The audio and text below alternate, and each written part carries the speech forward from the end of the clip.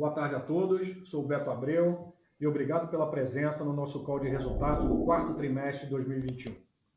Como de costume, vamos iniciar nossa apresentação com uma atualização da nossa agenda ESG.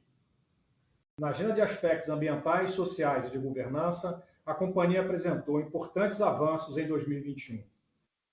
Pela primeira vez, os indicadores do relatório anual de sustentabilidade foram assegurados por terceiros, reforçando a confiabilidade dos dados e o compromisso com a transparência da companhia.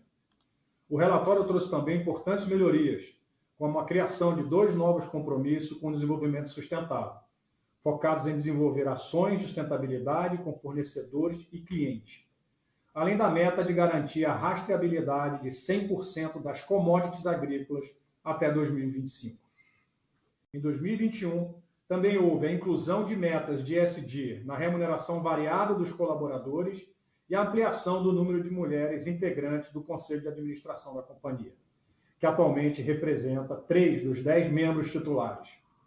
Como reconhecimento, a Rumo recebeu o selo Women on Board, da ONU Mulheres. Em 2022, pela primeira vez, a Rumo faz parte da carteira do Índice de Sustentabilidade Empresarial, o ISE.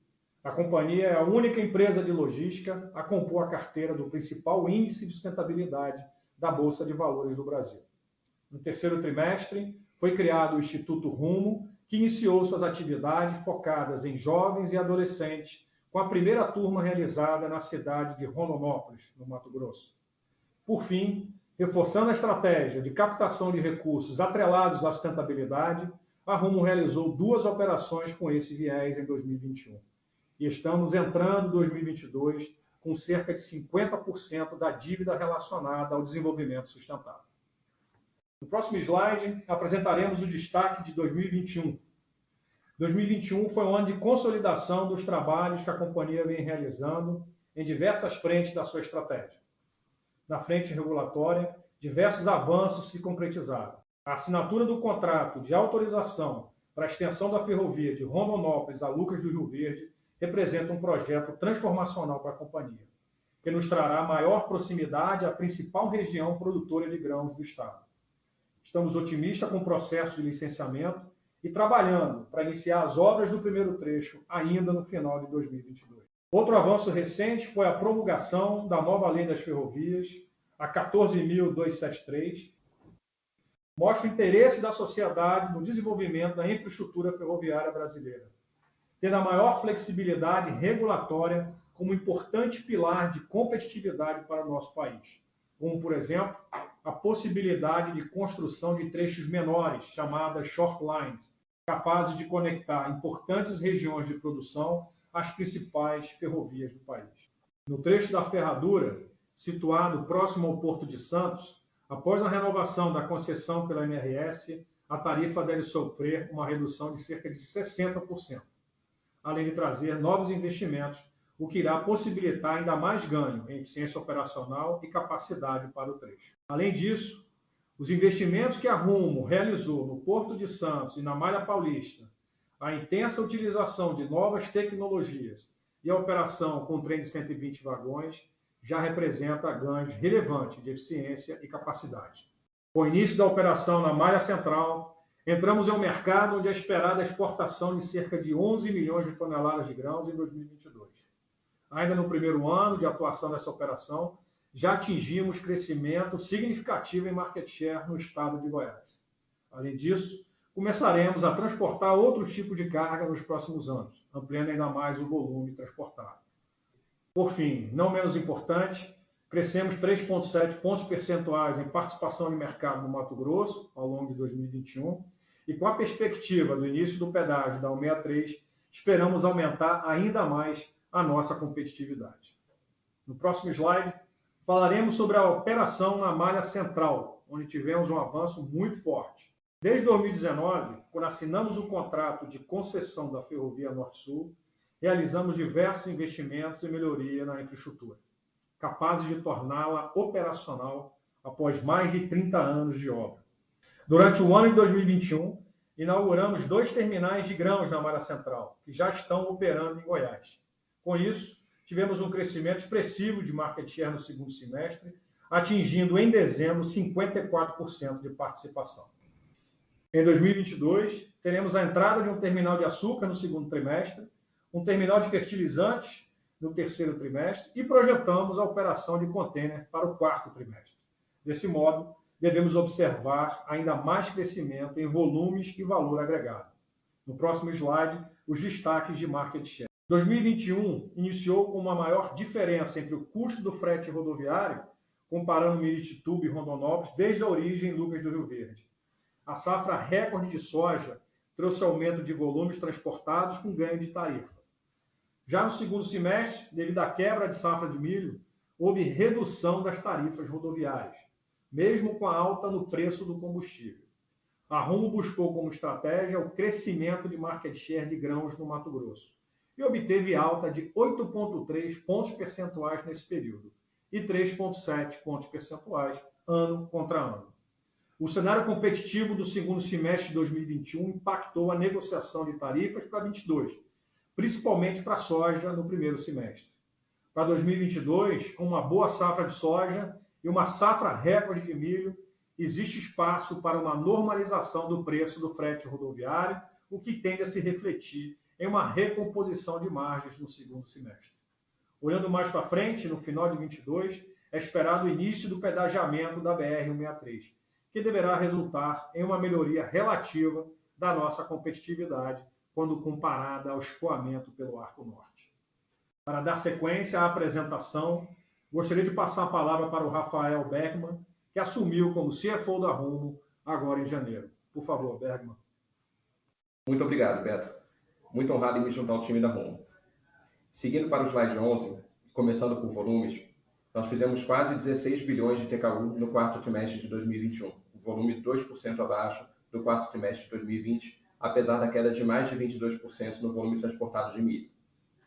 Nós seguimos com a nossa estratégia de ganho de market share, avançando mais sobre o volume de grãos disponível, em linha com o que já vínhamos fazendo ao longo do ano.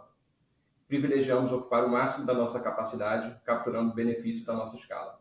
Olhando para o ano de 2021 como um todo, fizemos mais de 64 bilhões de TKU, 2,5% acima de 2020, mesmo com esse cenário adverso da safra de milho. Já na nossa operação norte, nós crescemos 3,2%, o que resultou numa participação de mercado estimada de 43% na exportação de grãos do Mato Grosso e de quase 28% em Goiás, com o avanço da malha central. Na operação sul, o volume transportado caiu 1,9%, em função dos efeitos ainda mais severos da quebra de safra, que levaram a uma redução de 78% do volume transportado de milho. Por outro lado, a operação de contêineres e os segmentos de combustíveis e fertilizantes apresentaram um crescimento de 2 dígitos, com destaque também para a celulose. No slide 12 eu vou cobrir os resultados de cada negócio e o consolidado da Rumo. Bom, acabamos de ver os volumes, então falando de tarifas.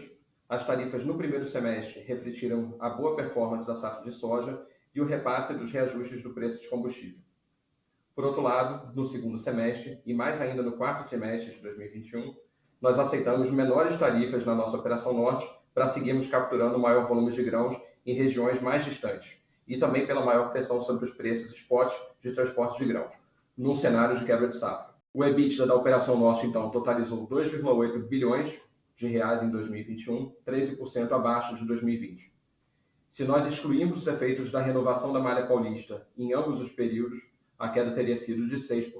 O EBITDA da operação sul atingiu 492 milhões de reais, com uma melhor dinâmica tarifária, e isso representa um aumento de 31,6% quando a gente compara com 2020. Mas nesse caso, o impairment da malha oeste de 144 milhões feito em 2020 ajudou na comparação.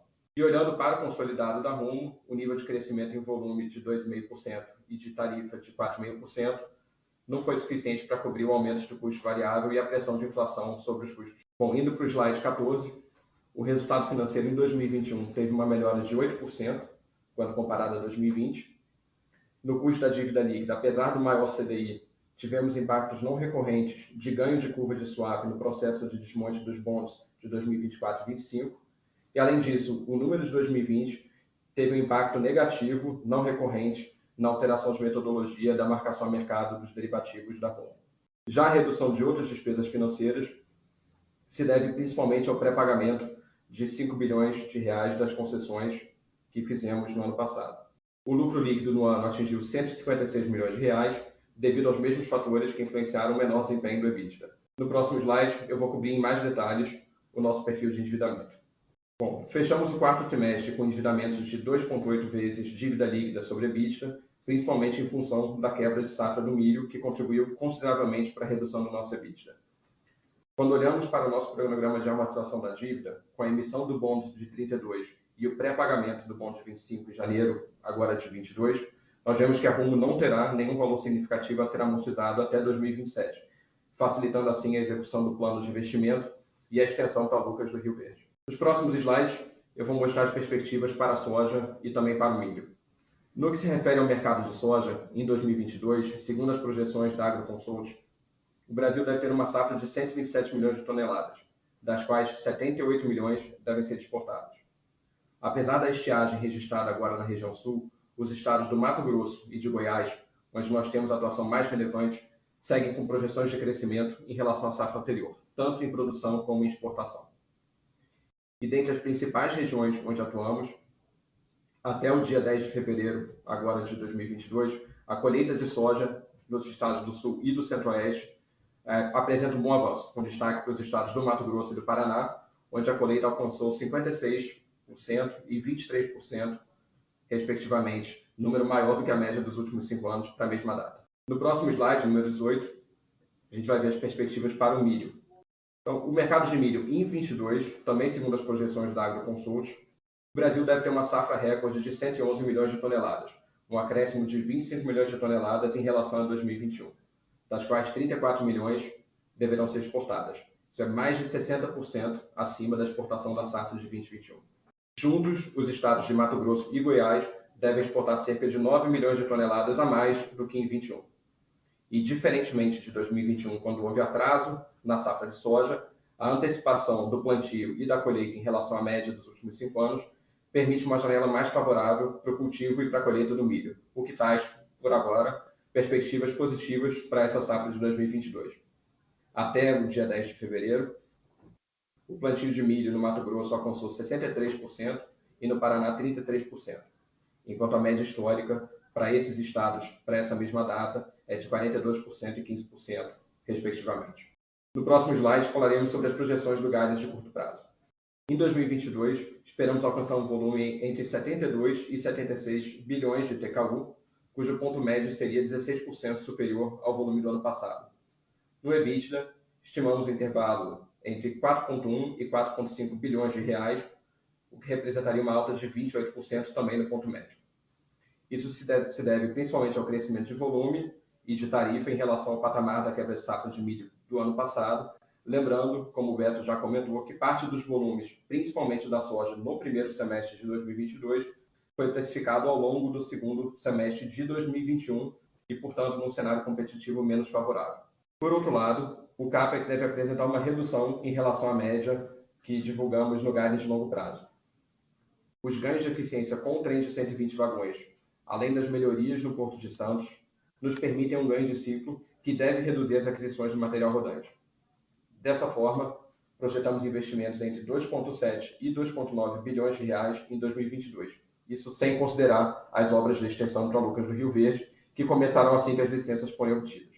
O EBITDA e o CAPEX que nós projetamos para 2022 tendem a nos permitir uma redução de alavancagem da Rumo antes da gente iniciar a construção da extensão para Lucas do Rio Verde.